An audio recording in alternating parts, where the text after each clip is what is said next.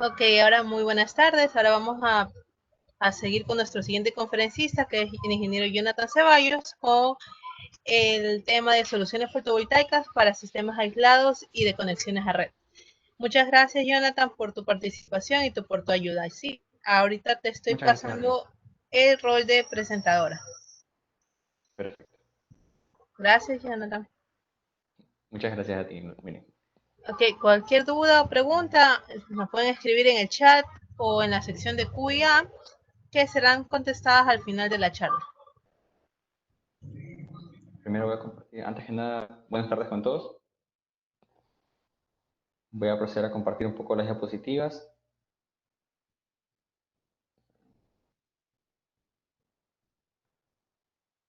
Solo por confirmar, ¿ya se ve de manera correcta las diapositivas para poder partir? Sí, ya se ve. Ya, perfecto.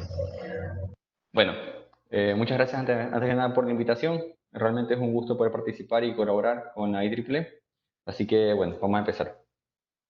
Tal como lo mencionó la ingeniera Miriam, yo soy Jonathan Ceballos, asesor técnico de energías renovables en Energy Control, y el día de hoy vamos a presentar soluciones fotovoltaicas para sistemas aislados y de conexión a red.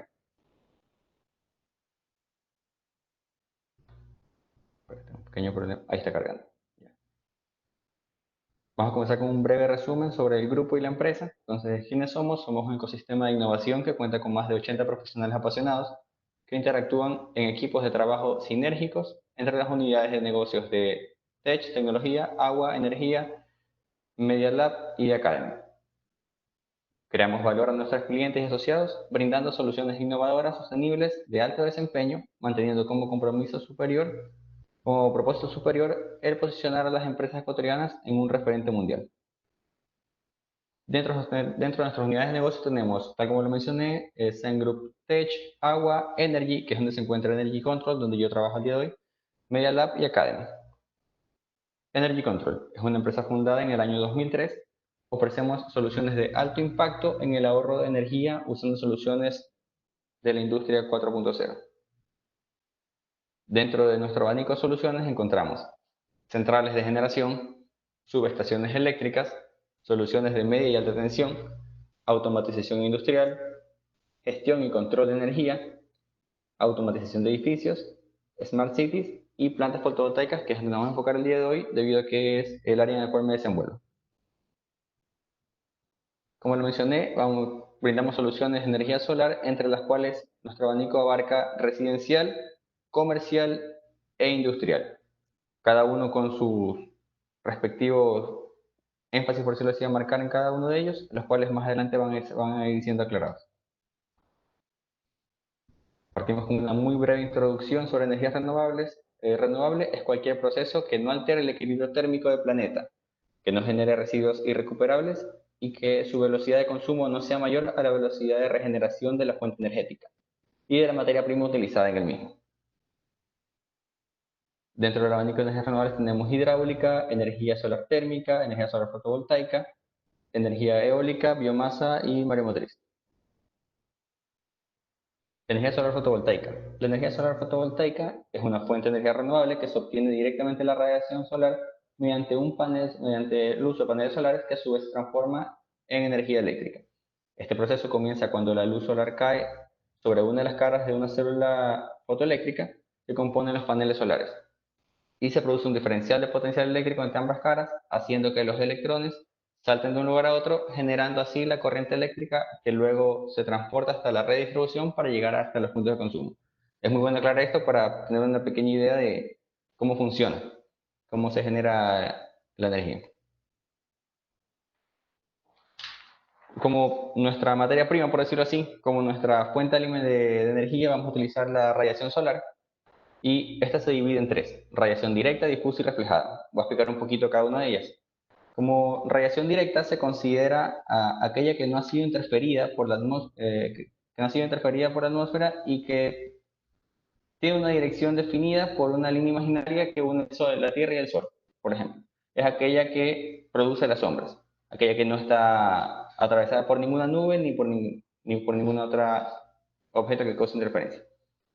Radiación difusa es aquella que sí ha sufrido un proceso de dispersión por los elementos de la atmósfera y proviene de todos los puntos. Por ejemplo, un día nublado, igual tenemos radiación, pero ya pasaría a ser radiación difusa más no radiación directa. Tiene una menor potencia, por decirlo así, pero igual genera energía, va a producir energía.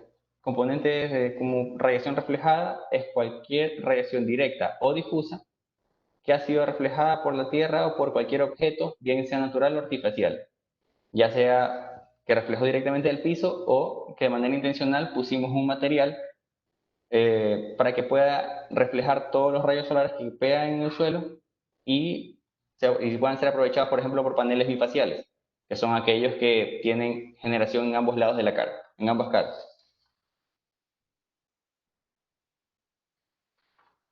Hora sol pico. Este es un término que en energía solar van a escuchar muchísimo, debido a que es un convencionalismo introducido por ingenieros para calcular de una manera mucho más sencilla la irradiación en un punto geográfico determinado. Debido a que, como se imaginarán, la irradiación va a variar de manera muy fuerte a lo largo de todo el día, entonces se busca una manera para poder darle un número, un valor claro a cada punto geográfico. Entonces, para poder explicarlo, procedemos. En un día claro, a nivel del mar, sobre una superficie horizontal, incide una irradiancia pico de 1000 watts sobre metro cuadrado al mediodía. Considerando este valor como irradiancia pico, con un valor de 1000 watts sobre metro cuadrado, por lo consiguiente, a la radiación recibida durante el periodo de tiempo de una hora, se ha convenido denominarlo hora sol pico. Una hora sol pico es el equivalente a 1000 watt hora sobre metro cuadrado. Por ejemplo, como pueden ver en la imagen, se considera una curva de irradiancia tiempo para un día. El área debajo de la curva representa la irradiación del día.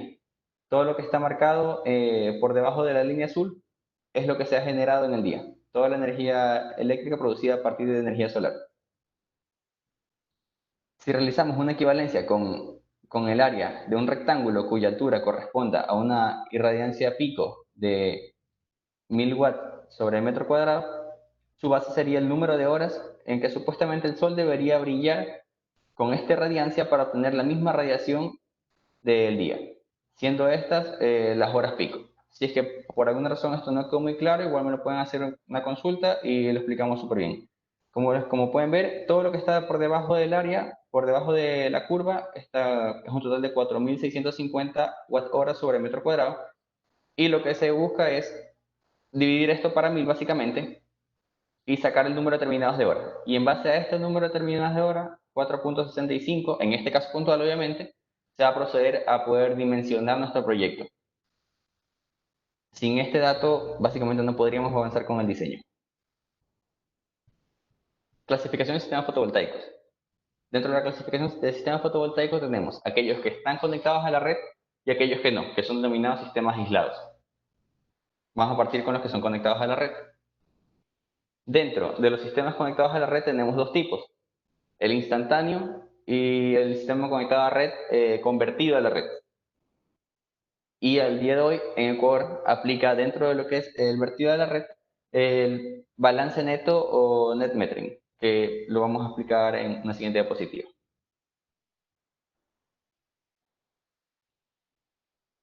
Vamos a explicar un poquito el sistema conectado a red y cada uno de sus componentes.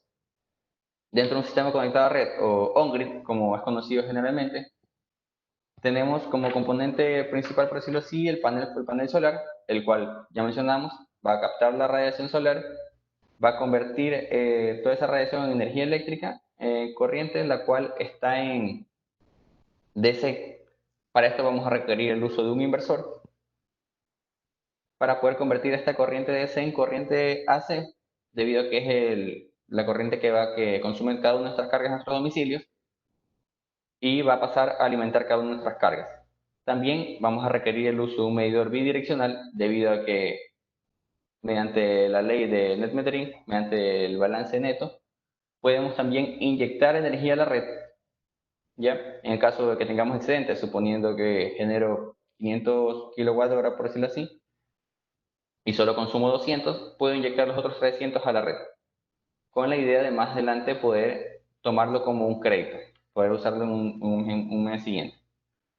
El medidor bidireccional es un contador de energía eléctrica que servirá para medir la energía eléctrica generada, pudiendo ser un sistema de medida bidireccional, es decir, que tanto mide la energía que estamos inyectando como la que estamos tomando, para al final del mes tener un balance y verificar si quedamos con un saldo a favor o con un saldo en contra, como sería lo más normal y lo pagamos mediante una planilla eléctrica.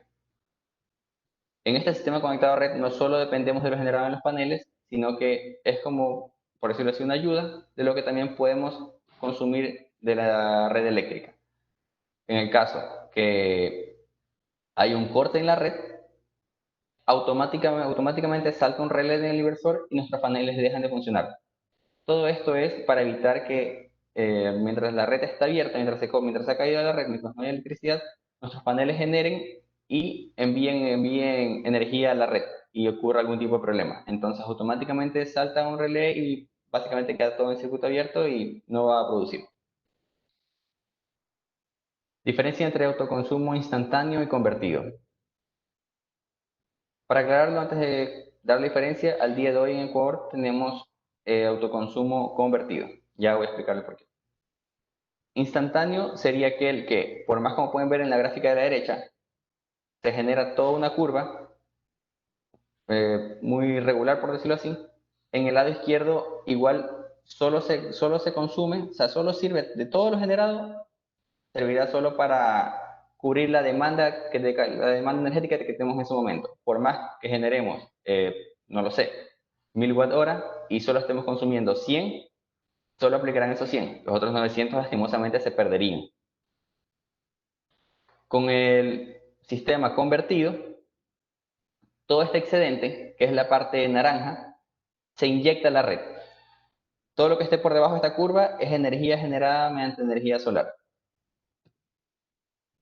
Todo lo amarillo es una demanda energética que está siendo abastecida por energía solar y todo lo naranja es excedente. Todo este excedente irá directamente a la red con la idea de luego de vengarlo con la demanda creada en la noche o en la madrugada.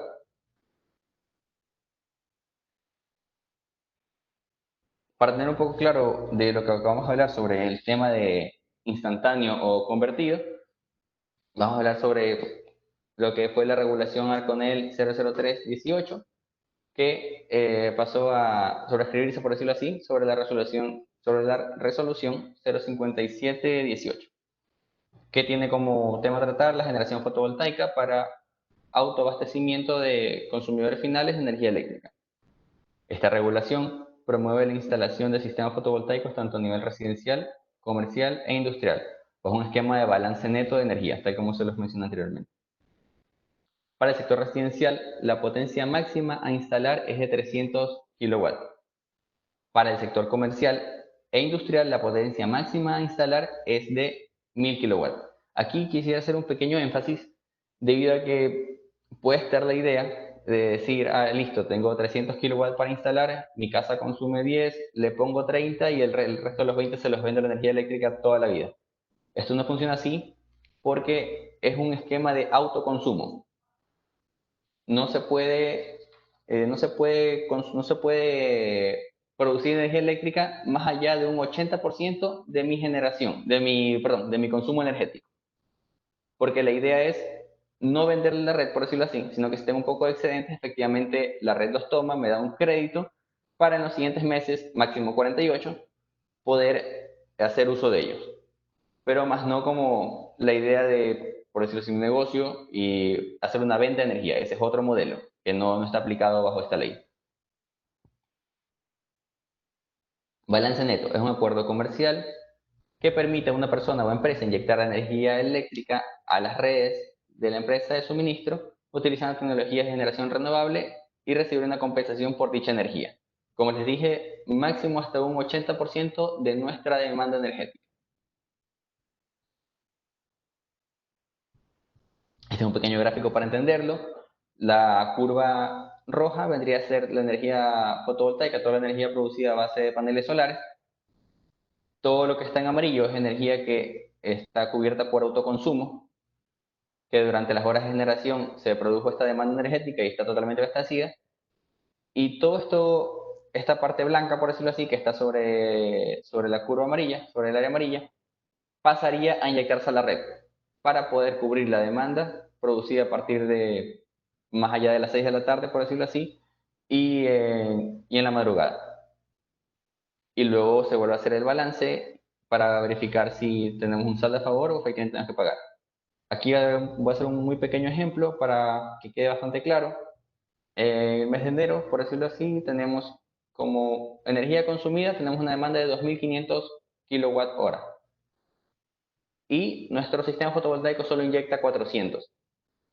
Entonces, como balance neto tenemos 2.100 watt hora, 2.100 kilowatt hora consumidos que tendremos que pagar. Igual en el segundo mes, 2.300 consumido, más 500 inyectado, baja el balance neto a 1.800 consumido. En el mes 3 es un poco distinto. Tenemos una energía consumida de 500 kilowatt hora y una energía inyectada de 1.800, por lo cual vamos a tener un excedente de 1.300 kilowatt hora. Y nuestro balance neto va a estar en cero, por decirlo así, y solo pagaríamos tarifas fijas de transporte, energía, comercialización, datos, valores muy pequeños. En un siguiente mes tendríamos un consumo energético de 2.400 kilowatt hora y una inyección fotovoltaica tan solo de 300 kilowatt hora. Por si acaso, estos son valores totalmente imaginarios, no es tomado en ningún caso real, por lo cual van a haber valores totalmente desproporcionados, pero es para que sirva de ejemplo y un poco exagerado para que pueda ser notado fácilmente. Entonces, en esta energía fotovoltaica inyectada de 300 kWh se le va a sumar nuestro crédito energético de 1.300 kWh, sumando un total de 1.600. De los 2.400 restamos 1.600, nos quedaremos con un balance neto de 800 kWh. Pasamos de una energía consumida de 2.400 a tan solo pagar por 800 kWh consumidos. El quinto y el sexto mes es un poco más de lo mismo, de lo que se vio en el primero y segundo. Monitoreo de producción remoto. Cabe recalcar también que en la mayoría de los sistemas fotovoltaicos, los inversores actuales, los inversores modernos, cuentan con un monitoreo remoto, que mediante una conexión LAN va a poder enviar datos en tiempo real sobre la potencia actual del sistema, cuánto está generando, cuánto está inyectando a la red, por decirlo así, si se lo regula bien, si, se me escapa la palabra, disculpen. Si se lo configura de manera correcta, se podrá ver datos como remuneración, información sobre la planta, cuánto está produciendo, si hay una caída tal vez. Mediante estos datos podremos ver si el inversor está funcionando de manera correcta, si tal vez tenemos un panel sucio porque se va a ver una caída considerable en la generación y datos meteorológicos.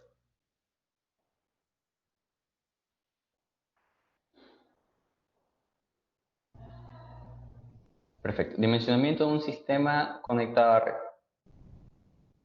Para hacer un pequeño repaso de lo que sería un dimensionamiento de un sistema conectado a red de manera un poco general, porque para hacerlo de manera profunda, una hora tal vez quedaría un poquito corto. Para partir se comienza pidiendo datos como una planilla de luz, ubicación geográfica y un plano arquitectónico del techo. En el caso de que vaya a hacer una instalación a techo, como es lo más común. La planilla de luz para poder tener el consumo energético de la vivienda o de la empresa donde se va a instalar el sistema fotovoltaico. La ubicación geográfica porque necesitamos datos de radiación y temperatura. Todo esto lo podemos sacar de cualquier base meteorológica, por ejemplo Meteonorm, y necesitamos los datos de radiación y temperatura para verificar cuál va a ser el PR de nuestra plancha, de nuestra planta solar. ¿Bien? Y el plano arquitectónico tan solo es para poder dimensionar el área disponible para la instalación, porque puede que nuestra planilla de luz diga que podemos poner una planta de 50 kilos, pero mi techo tan solo me da para poner 20 kilos, 20 kilowatts en paneles, perdón. Entonces, todo esto y que las tres son muy importantes y sin falta alguna de ellas no se puede dimensionar de manera correcta.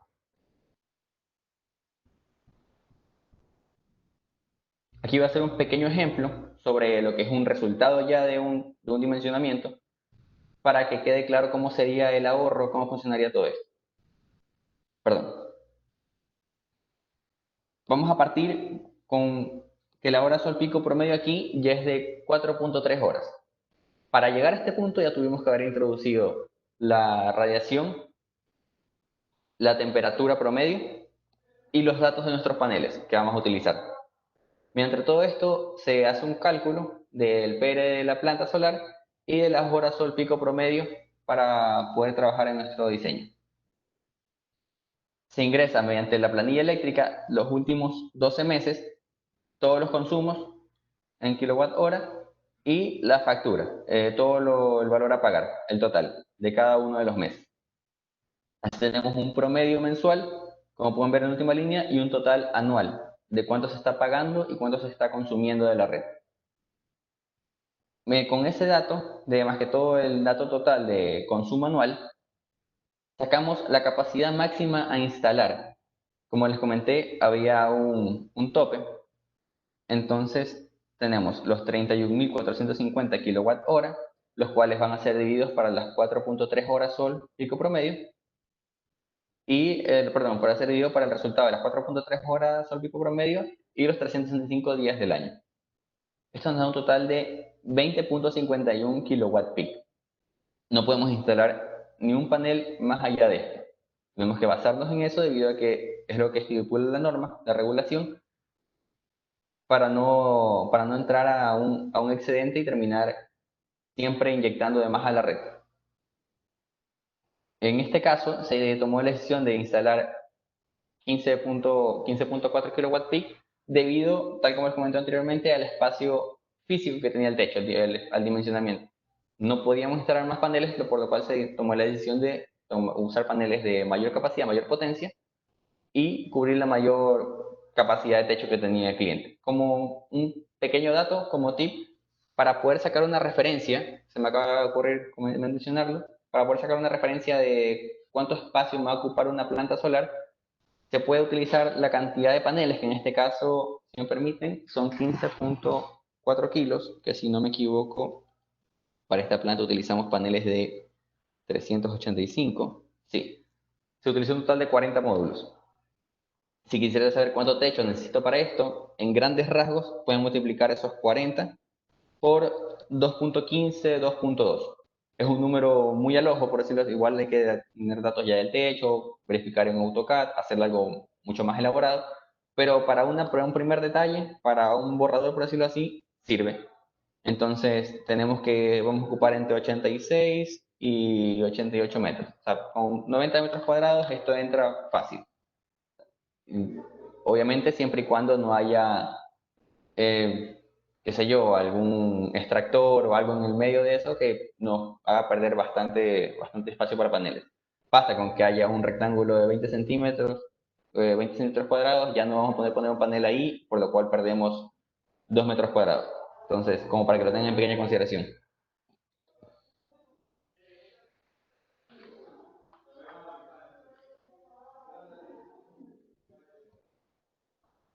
Perdón, tengo un problema con el audio.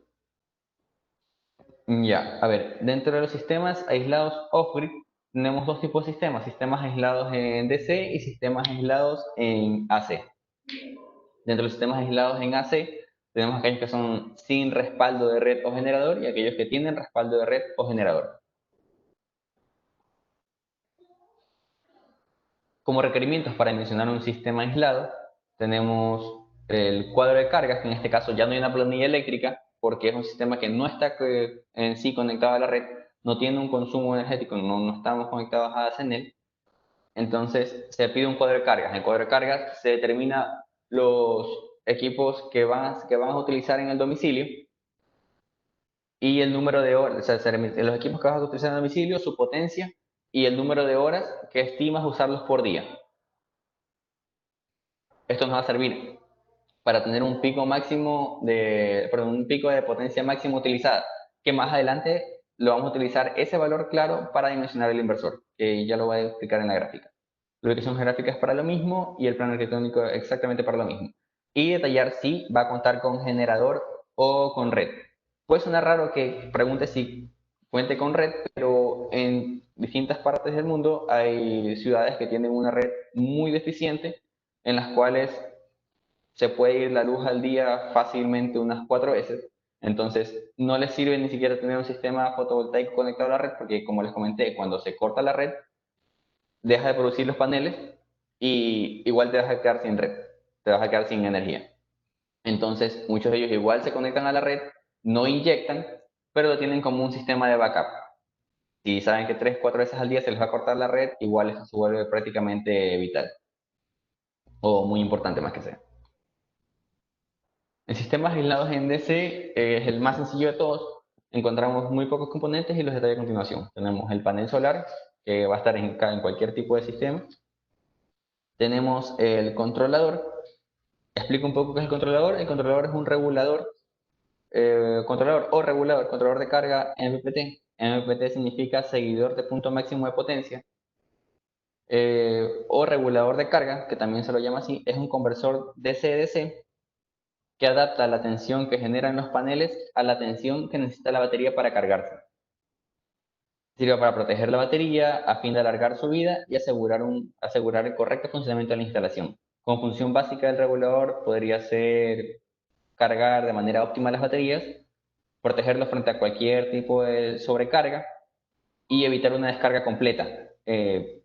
Hablando de descarga completa, dentro de las baterías de AGM y GEL se recomienda que su descarga máxima sea un 50% para perdurar su vida útil, para no quemar todos los ciclos, todos sus ciclos, y en las baterías de litio un 80%.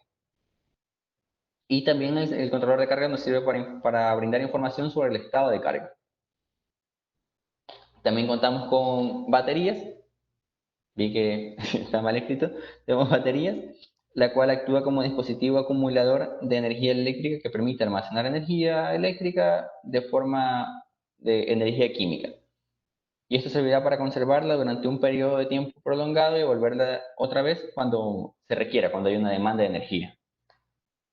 Esto, al ser un sistema en DC, no va a requerir un inversor, debido a que directamente del controlador habrá cómo tomar un par de cables para alimentar las cargas. Esto más que todo es utilizado en postes de iluminación. Básicamente se utiliza mucho en iluminación, en postes o en sistemas de cámaras de seguridad, que también funcionan en DC.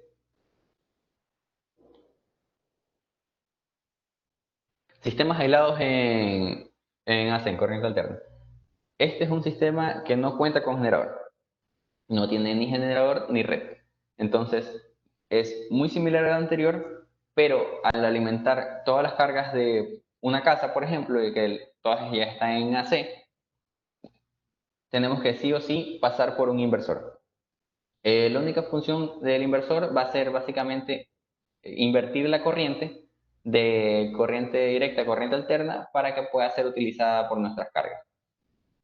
La generación va a pasar a partir de los paneles, va a atravesar el controlador, como les comenté, va a regular la carga de las baterías, porque esto es muy importante. Si no se aplica el regulador correcto, la vida útil de las baterías va a caer de manera precipitada. No se va a notar, la instalación va a funcionar, va a decir mi instalación está muy bien, yo consumo mis 8 horas de batería al día, todo me va perfecto, pero la vida útil en lugar de ser de, por ejemplo, 3 años, se puede estar acabando sin exagerar en 8 meses. Y claro, el problema lo vas a tener en 8 meses. No te vas a dar cuenta hasta que simplemente tu batería se cargue y descargue en 1 hora. Entonces hay que tener muchísimo cuidado a la hora de dimensionar el banco de baterías. Un tip para dimensionar un banco de baterías. El banco de baterías, por ejemplo, porque también hay mucha gente que dice, ah, listo, me pongo mi sistema aislado, le pongo una batería, le pongo 30 paneles y nos fuimos. Hay que tener mucha consideración que el sistema, ¿cómo lo explico? No puede ser mayor la generación a un 20% de nuestro banco, por decirlo así. Si, para tal vez lo explico mejor con un ejemplo. Si mi controlador es un Smart Solar de 150 volts, 100 ampere hora, al no poder ser mayor de un 20%, mi banco de baterías no puede dejar de ser menor de 500 ampere hora. Tal vez ahí te quede un poco más claro, ¿Por qué? Porque si es menor, si es de 100 amperes igual, por ejemplo, la corriente que le va a ingresar va a ser muy alta y no va a poder almacenar de manera correcta y se va a empezar a deteriorar. Es lo que les comentaba, va a funcionar. No se va a quemar, no va a saltar ninguna chispa, funciona de manera normal. Pero la vida útil, básicamente se están comiendo la batería. Y para los que tal vez no lo tienen claro, la batería en un sistema aislado es el coste, básicamente hablando en dinero, es la mitad de la inversión. Entonces, si vamos a instalar mal la mitad de la inversión, hay que tener mucho ojo ahí. También tenemos una salida, en el caso que, por ejemplo, tengamos un par de cargas en DC, podemos tomarlo directamente del controlador.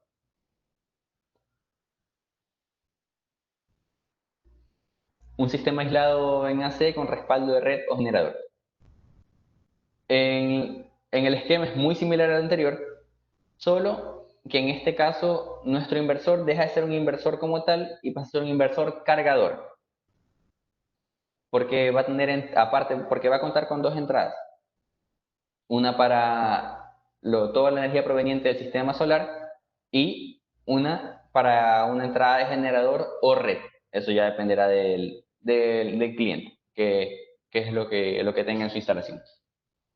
Entonces, suponiendo que lo producido en el día no me abastece las 24 horas, se activa el generador, se procede a alimentar las cargas y también a cargar las baterías. Todo esto puede ser configurado mediante el inversor. Si mi generador va a cargar baterías, si mi generador solo va a alimentar cargas, el porcentaje de descarga de las baterías, que ya se los comenté, en Helia GM recomendado un 50%, en litio un 80%. Y así es como básicamente va a funcionar. No sé si se me está escapando algo de este cuadro como tal. Si me permiten un segundo. No, creo que así es el funcionamiento como tal. Unas consideraciones pequeñas a la hora de dimensionar un sistema aislado. Es muy importante, previo a dimensionar, consultar si tenemos o no un generador o red. Si tenemos red, hay que consultar por qué queremos un sistema aislado. Hay muchos casos que es simplemente porque el cliente al final no quiere saber nada de la empresa eléctrica y dice me quiero independizar. Es válido, es caro, pero es válido.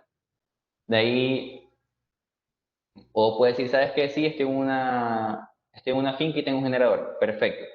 Se lo dimensiona en base a su generador también. El inversor, ¿cómo dimensionar el inversor de manera correcta? Con el cuadro de carga sumamos todas las potencias a instalar. Tenemos refrigerador, aire acondicionado, televisor, todas las cargas que podemos tener en un domicilio, hay que anotarlas en el cuadro. Ya, y la suma de todas estas potencias nos va a dar un pico máximo. Ese pico máximo es la potencia que debe tener como mínimo nuestro inversor. Porque si tenemos 4000 watts en consumo y mi inversor es de 2000, en el momento que pase a 2100, mi inversor va a saltar y se mandan a pagar todas las cargas. También hay que tener mucha consideración con los motores y las bombas, en el caso que no se tenga un generador. ¿Por qué? Porque los motores y bombas, como sabrán, tienen un pic de arranque muy fuerte. Entonces, habría que mencionar fácilmente el inversor 5 veces más grande que el tamaño del motor, por el pic de arranque, porque podría solo en un pic muy fuerte reventar nuestro inversor y perderíamos gran parte de la inversión. El banco de baterías es muy importante, el porcentaje de descarga, como les mencioné, vienen con una descarga, la mayoría de las baterías vienen con un porcentaje de descarga, bueno, la mayoría de los inversores vienen con un porcentaje de descarga un poquito agresivo por las baterías, lo cual de no configurarse puede acabar de manera muy breve con su vida útil. Y esto es un problema más que todo para el cliente final, porque se va a dar cuenta tal vez en un año, entonces hay que estar muy atentos a la hora de su configuración. La corriente inyectada a las baterías, como les mencioné, también es vital debido a que no considerar bien la corriente que está inyectando, la capacidad que está inyectando o el total, vamos a proceder a dañarlas. Y de igual forma se va a acabar su vida útil mucho antes de lo debido. Y su ciclo de vida se pueden recortar más allá de la mitad sin ningún problema si está mal configurado. El controlador, perfecto. En el controlador hay que dimensionar de manera correcta los strings. ¿Qué son los strings? Los strings son las agrupaciones de paneles. Entonces, en un controlador hay que tener muy claro en nuestro controlador de carga hay que tener muy bien claro cuánto es el voltaje máximo que soporta y la corriente máxima que soporta. Y de esa manera podemos agrupar de una manera correcta la cantidad máxima de paneles en serie y paralelos que pueden ingresar a las entradas de mi controlador de carga. Debido a que si pongo, por ejemplo, un panel más en serie y me paso en el voltaje, directamente quemo el controlador y se perdió, se echó a perder. También hay que tener en consideración en este caso la temperatura. No es igual en todos los casos. La temperatura es inversamente proporcional al voltaje. A mayor temperatura, menor voltaje, a menor temperatura, mayor voltaje. Entonces, supongamos que dimensiona mi controlador muy ajustado en el voltaje. Es en 150 y tengo 149 volts, porque es lo que me da 3 paneles. Pero si lo pongo tal vez aquí en la costa, en Guayaquil, va a ir perfecto. Tal vez no haya problema porque nuestros datos históricos no reflejan unas temperaturas muy bajas. Pero si lo pongo en un lugar que sus datos históricos pueden llegar a 0 grados o inferior, en la madrugada, cuando esté muy frío en invierno, va a bajar la temperatura, sube el voltaje y se dañó el controlador. Y el día siguiente simplemente no funciona. Entonces hay que tener bastante consideración al momento de hacer un dimensionamiento. En los paneles solares, para dimensionar la cantidad correcta que tenemos que utilizar, hay que tener énfasis en las pérdidas acumuladas de todo el sistema. Ahí entraría la pérdida por cables, las pérdidas del inversor, las pérdidas de las baterías, las pérdidas del controlador de carga. Cada uno de estos componentes va creando un poco de pérdidas, los cuales se ven reflejados al final en cuántos paneles tenemos que poner. Entonces, se considera un poco ese detalle para no subestimar la cantidad de paneles utilizados y los días de autonomía. ¿A qué me refiero con días de autonomía?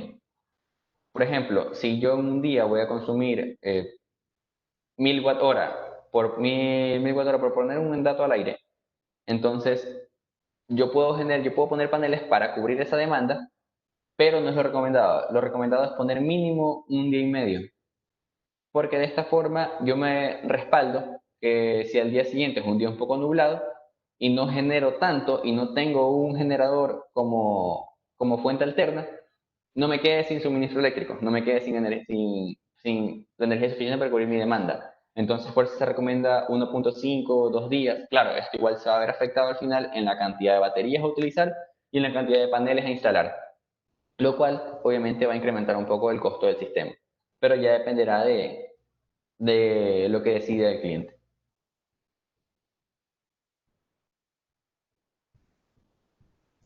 Bueno, muchísimas gracias por el espacio. No sé si tal vez, imagino que tal vez pueden tener algún tipo de preguntas. Hay veces que tal vez alguna explicación se me queda un poco corta. Si quieren que la vuelva a explicar o que me explaye un poco más con un ejemplo, me avisan. Gracias.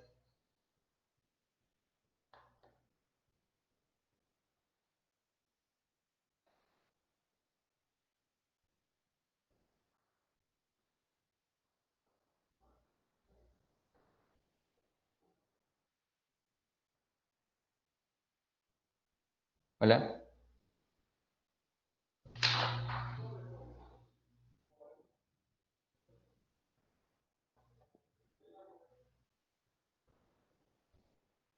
Hola.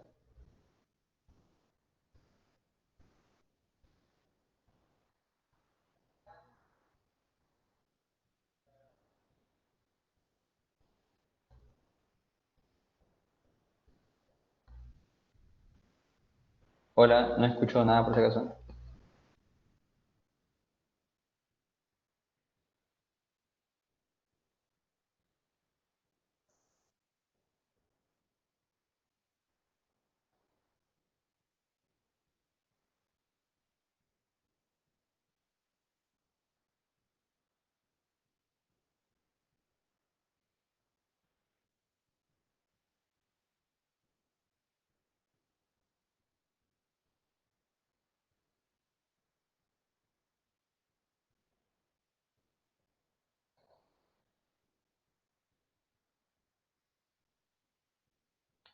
Eh, ¿Me pueden confirmar si tal vez me escuchan? Que tengo la pequeña duda.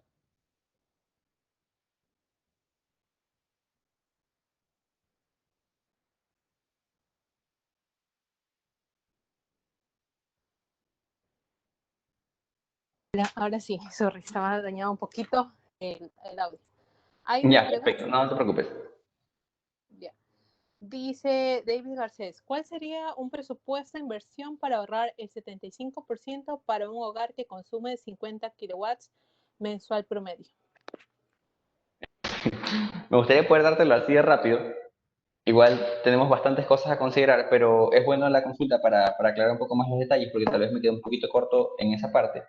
Es muy importante aclarar, por ejemplo, dónde va a estar ubicado, porque necesito la radiación de ese lugar para poder terminar las horas sol promedio, porque sin eso no sé cuánto van a generar mis paneles y cuántos paneles tengo que poner en tu instalación.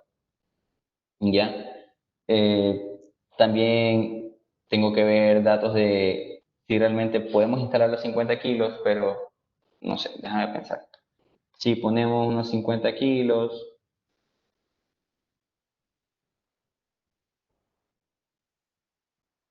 no sé, dándote números muy al aire,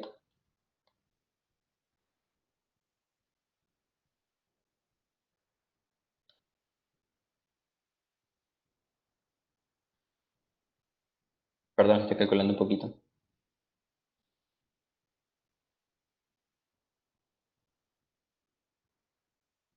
Podría estar en un rango, ojo, esto lo acabo de hacer en un minuto y realmente tengo que hacer una pequeña ingeniería que sí que toma un poco su tiempo, pero creo que estaría en el rango unos tal vez 60.000 ya incluyendo instalación. En una planta tal vez de unos 40 kilos, 35 kilos de potencia pico instalado. Entonces, no sé si tal vez esto sirve el dato. Es un poco complejo responder así, como cuánto me cuesta poner 3 kilos aquí hoy. Entonces, hay que mencionar un poquito más. Pero tengo que sacar varios datos, pero yo creo que como dato general te puede servir.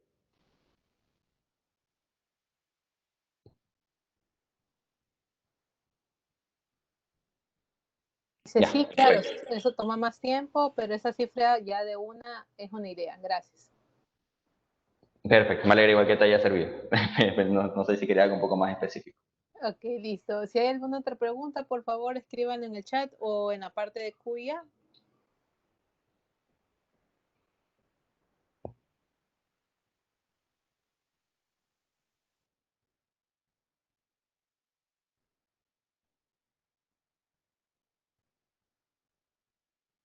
Bueno, Jonathan, al parecer no hay más preguntas.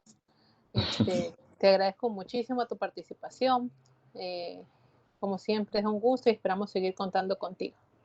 Perfecto. No, muchísimas gracias por la invitación. Ha sido un gusto poder participar aquí y esperemos vernos más adelante, sí o sí. Gracias. Hasta luego.